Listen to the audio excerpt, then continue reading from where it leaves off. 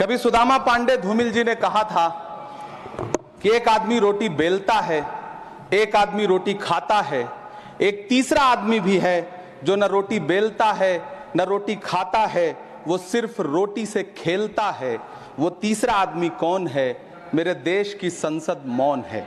सभापति महोदय, वो भी क्या दिन थे जब संसद में देश का बजट पेश होता था तो देश की सड़कें ठहर जाया करती थीं। रेल बजट पेश होता था तो लोगों की उम्मीदें रेल के डिब्बों की तरह पटरियों पर दौड़ने लगती थीं। पूरा देश धड़कने रोक करके वित्त मंत्री और रेल मंत्री को सुना करता था। अफसोस, अब बजट पेश हो जाता है, मीडिया चैनल सरकार का महिमा मंडन करते हैं और बेचारी जनता बजट के आंकड़ों के शब्द जाल में उलझी हुई महीनों बाद समझ पाती है कि उसका तो फिर से कट गया। सभापति महोदय, पिछले 2 साल अमृतकालीन बजट पेश किए गए और इस बार एक नई शब्दावली गढ़ी गई है, तुष्टीकरण बनाम संतुष्टीकरण का बजट।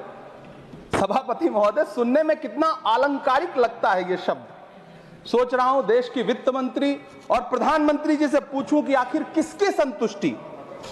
जिस बजट में मनरेगा के लिए 1 रुपए की बढ़ोतरी ना हो, वही पुराना 86,000 करोड़, जबकि पहले ही 9,754 करोड़ का घाटा हो, जिस मनरेगा से करोड़ों मजदूरों के घर में चूल्हा जलता हो, उस मनरेगा में काम करने वाले गरीब मजदूरों के लिए अगर आपके खजाने से 1 रुपया भी इजाफी नहीं निकल सका तो भला कौन संतुष्ट हुआ साहब? इस देश का गरीब मजदूर या आपके उद्योगपति दोस्त?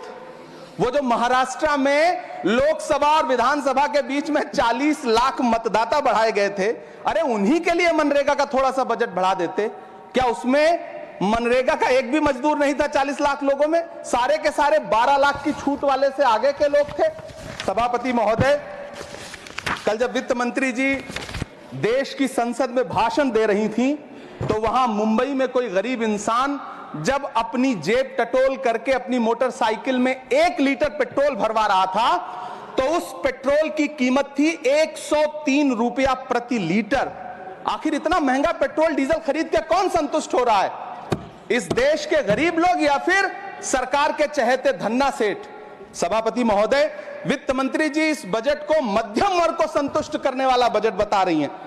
अरे मैडम, हम आप यहां पर बैठे रहते हैं और वहां बाहर इसी दिल्ली में 1 लीटर दूध, चाहे वो अमूल का हो या फिर मदर डेयरी का हो, उसकी कीमत 73 रुपए लीटर है। इतना महंगा बेच करके कौन संतुष्ट हो रहा है?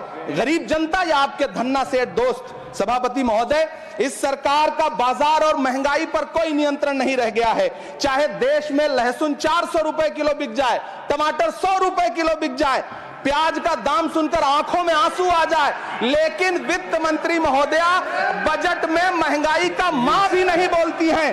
बच्चों की किताब और पेंसिल तक पर टैक्स लगाने वाले सरकार से मैं पूछना चाहता हूं कि आप मध्यम वर्ग का हितैषी बताते हैं, खुद को तो शर्म नहीं आती है? खुद को धार्मिक कहने वाली सरकार भगवान श्री कृष्ण के प्रिय खाद्य पदार्थों दही और मक्खन तक पर जीएसटी लगाती है और बात करती है मध्यम वर्ग की हिमायती होने की। जिंदा रहते हुए जनता से हर चीज पर टैक्स वसूलने वाली यह सरकार कम से कम मरने पर तो लोगों को बख्श देती, लेकिन नहीं, वहां भी लूटना है। अंतिम संस्कार के सामान, अगरबत्ती, धूप बत्ती, केवड़ा जल, चंदन पाउडर, जौ, बताशा, काला तिल, पंचरत्न, कपूर और कफन तक पर टैक्स लेने वाली यह सरकार किस मुंह से खुद को मध्यम वर्ग का हितैषी बताती है? कौन सी संतुष्टि? किसकी संतुष्टि? कदम कदम पर टैक्स देकर लूटने वाली जनता की या फिर जनता से टैक्स वसूल करके धन्ना सेठों का खजाना भरने वाली सरकार की? किसकी संतुष्टि? सभापति महोदय, 18 अगस्त 2015 आरा का बिहार का ऐतिहासिक मैदान, सजा हुआ मंच, हजारों की भीड़ और सामने खड़े हुए देश के प्रधानमंत्री का भाषण। बिहार के भाइयों बहनों, आज मैं बिहार के लिए पैकेज की घोषणा कर रहा हूं। 50,000 करोड़ कर दूं कि ज्यादा कर दूं? अखिलेश भाई, 60,000 करोड़ कर दूं कि ज्यादा कर दूं? 70,000 करोड़ कर दूं कि ज्यादा कर दूं? 80,000 करोड़ कर दूं कि ज्यादा कर दूं?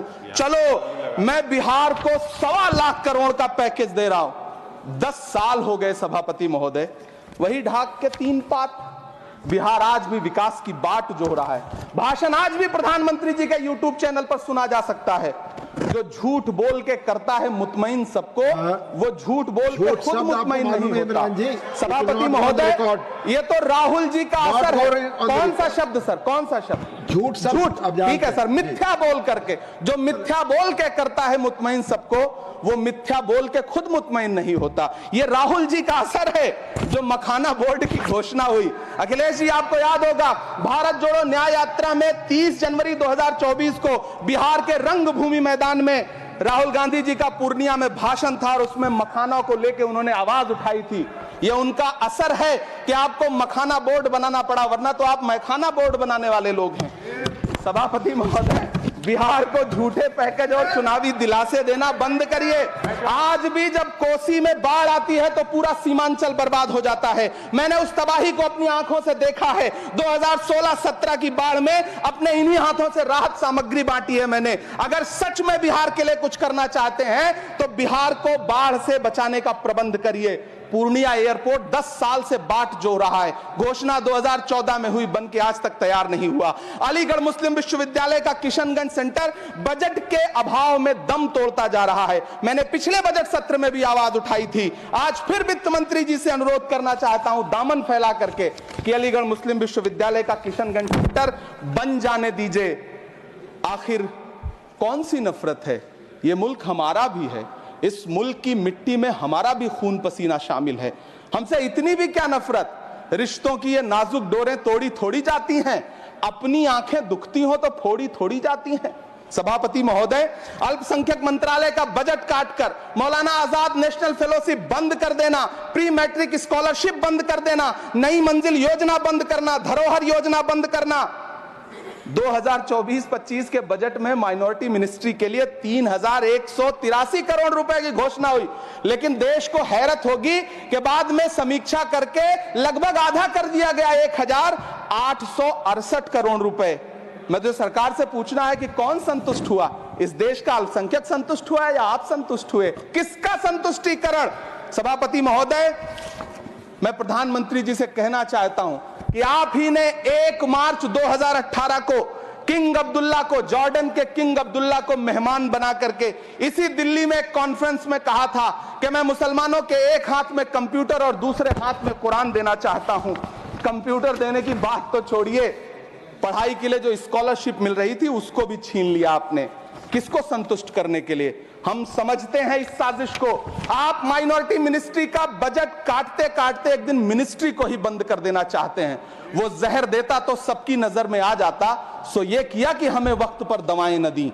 सभापति महोदय, मैं तो वित्त मंत्री जी से पूछना चाहता हूं आपके माध्यम से कि शायद आपको पता ही नहीं है कि गृहस्थी चलाने वाली एक गृहिणी की मुश्किलें क्या क्या होती हैं। आपने कभी सोचा भी नहीं होगा कि जब वो किचन में सब्जी बनाने के लिए कढ़ाई में तेल डालती है तो उसके साथ उसके आंसू भी गिरते हैं। सभापति महोदय, शायद उन्हें पता भी ना हो कि एक छोटी सी गाड़ी और एक छोटे से फ्लैट का EMI भरने के बाद इस देश का एक गरीब इंसान जब अपने बच्चों की फीस भरने के बारे में सोचता है तो उसे कितनी खुशियों का गला घोंटना पड़ता है। शायद उनको पता भी नहीं है कि फसल बेच करके बिटिया की शादी का सपना सजाने वाला किसान जब अपनी फसल बर्बाद देखता है तो कितनी रातें सो भी नहीं पाता है। सभापति महोदय, शायद वो कभी इस पीड़ा को समझ ही नहीं पाएंगी कि परिवार के किसी एक सदस्य को कैंसर जैसी बीमारी हो जाए तो घर और जमीनें गिरवी रख उठती हैं लेकिन इलाज नहीं हो पाता। सभापति महोदय, इसी देश की संसद में कभी स्वर्गीय सुषमा स्वराज जी ने कहा था कि जब देश की करेंसी गिरती है तब देश की प्रतिष्ठा गिरती है। एक तरफ कोलंबिया जैसा छोटा सा देश और उसके प्रधानमंत्री गुस्तावो पेत्रो खड़े हैं जो कोलंबिया के नागरिकों को हथकड़ी लगाकर लाने वाले जहाज को अमेरिका बैरंग वापस लौटा दे रहे हैं, और दूसरी तरफ हमारे प्रधानमंत्री जी खड़े हैं जो बेड़ी और हथकड़ी लगा करके लाए गए बेटों के अपमान पर एक शब्द नहीं बोल रहे। सभापति महोदय, मैं इतिहास के पन्ने पलट रहा हूं, मुझे 2 किरदार याद आ रहे हैं। एक तरफ निक्सन के 7वें बेड़े की धमकियों के सामने लोहे की तरह अडिग इंदिरा गांधी खड़ी हैं, तो दूसरी तरफ खुद ही नमस्ते ट्रंप का नारा लगाते हुए प्रधानमंत्री जी खड़े हैं। मेरे कानों में सुषमा स्वराज जी की आवाज गूंज रही है। बहुत कम बोलने वाले डॉक्टर मनमोहन सिंह ने बहुत ज्यादा बोलने वाले प्रधानमंत्री जी को जब देश की बागडोर सौंपी थी तो $1 58 का था। आज 85 से 87 के बीच में झूल रहा है। इन दिनों रुपए की अहमियत गिरती है तो न तो देश की प्रतिष्ठा गिरती है, ना प्रधानमंत्री की गरिमा। जिस देश में 80 करोड़ लोगों को 5 किलो राशन के लिए कतारों में लगना पड़ता हो, उस देश में यह सरकार 12 लाख तक के टैक्स न लेने के लिए अपनी पीठ थपथपा रही है। हुकूमत इस कदर आवाम पर एहसान करती है, ये आंखें छीनती है और चश्मे दान करती है। सभापति महोदय, महाराष्ट्र का भिवंडी हो, मालेगांव हो, इचल करंजी हो, यूपी का बनारस हो, मुआयमा हो, मुबारकपुर हो, रांची का छोटा नागपुर हो, बिहार का भागलपुर हो, हर जगह बुनकरों की उम्मीदें तोड़ रही हैं, लेकिन इस सरकार के पास उनके लिए कुछ भी नहीं है। मुरादाबाद का पीतल उद्योग, कानपुर का चमड़ा उद्योग, सहारनपुर का लकड़ी उद्योग, फिरोजाबाद का चूड़ी उद्योग, अलीगढ़ का ताला उद्योग, सब सरकारी प्लानिंग से तबाह हो रहे हैं। इन तमाम के बीच सरकारी सपोर्ट से बस एक उद्योग फल फूल रहा है, नोएडा का नफरत उद्योग। सभापति महोदय, जिस देश में 40 से 45% मेडिकल फैकल्टी की सीट खाली हो, वहां बजट में 75,000 नए मेडिकल सीट्स का ऐलान हो रहा है। सरकार बहादुर, कम से कम इस देश के पढ़े लिखे युवाओं को तो मूर्ख समझना बंद करिए। वो अब तिजारती पहलू निकाल लेता है। पहले 7500 मेडिकल सीट्स बाद में बनाइएगा, पहले जो एम्स में 2161 पद खाली पड़े हैं उनको तो भर दीजिए। वो अब तिजारती पहलू निकाल लेता है, मैं कुछ कहूं तो तराजू निकाल लेता है। मैं इसलिए भी तेरे फन की कद्र करता हूं तो झूठ बोल के आंसू निकाल लेता है। सभापति महोदय, फिर झूठ आया है, मैं उसे मिथ्या कर दे रहा हूं। शायरी में बार बार आ जाता है, क्या करूं महोदय। काश ये बजट, सभापति महोदय, वो एक शब्द मैं मिथ्या कर दे रहा हूं सर, वो एक शब्द को हटा दीजिए। ध्यान रखें, ऐसे जो भी शब्द होंगे आपके वहां। सभापति महोदय, काश ये बजट बीपीएससी के पेपर लीक की शिकायत करने वाले नौजवानों पर बरसती हुई पुलिस के लाठियों पे, जख्मों पर मरहम लगा पाता। सभापति महोदय, पिछले 80 दिन से 70 साल का एक बुजुर्ग एमएसपी की लीगल गारंटी मांगता हुआ आमरण अनशन पे बैठा हुआ है। काश ये बजट किसान नेता जगजीत डल्लेवाल की टूटती हुई सांसों की पीड़ा सुन पाता। काश ये बजट प्रतियोगी परीक्षाओं की तैयारी के लिए दिल्ली, कोटा, पटना, अहमदाबाद जैसे शहरों में, इलाहाबाद जैसे शहरों में किताबों के साथ गल रहे युवाओं के सपनों को जिंदगी दे पाता। काश ये बजट वंदे भारत के सुनहरे विजुअल के बजाय देश की गरीब जनता को कुछ और पैसेंजर ट्रेनें दे पाता। काश ये बजट सीनियर सिटीजन को ट्रेन टिकटों में मिलने वाली रियायतें वापस लौटा पाता, जिनको सरकार ने कोविड के नाम पे छीन लिया था। काश ये बजट किसानों की राह में कीले नहीं बल्कि कालीन बिछाने वाला बन पाता। काश ये बजट सरकारी मालिकों को यह समझा पाता कि नेहरू को कोसने से अर्थव्यवस्था नहीं सुधरेगी, उसके लिए डॉक्टर मनमोहन सिंह साहब की अर्थ नीति अपनानी पड़ेगी। पिछले 11 साल से नेहरू जी को कोस रहे हैं, आखिर कब तक कोसिएगा।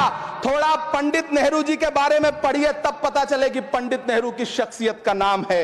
दुनिया का पहला ऐसा राजनेता जिसने अपनी जिंदगी की आजादी के लिए, देश की आजादी के लिए 3259 दिन अंग्रेजों की जेल में बिताए। पंडित नेहरू एक ऐसे महान शख्स जिनके पिता पंडित मोतीलाल नेहरू, जिनकी बहन विजय लक्ष्मी पंडित, जिनके बहनोई पंडित रंजीत सीताराम, जिनकी बेटी इंदिरा गांधी, जिनके दामाद फिरोज गांधी, सब ने अंग्रेजों से लड़ते हुए स्वतंत्रता आंदोलन में जेल काटी। आप किस मुंह से उनकी लकीर छोटी करने की बात करते हैं?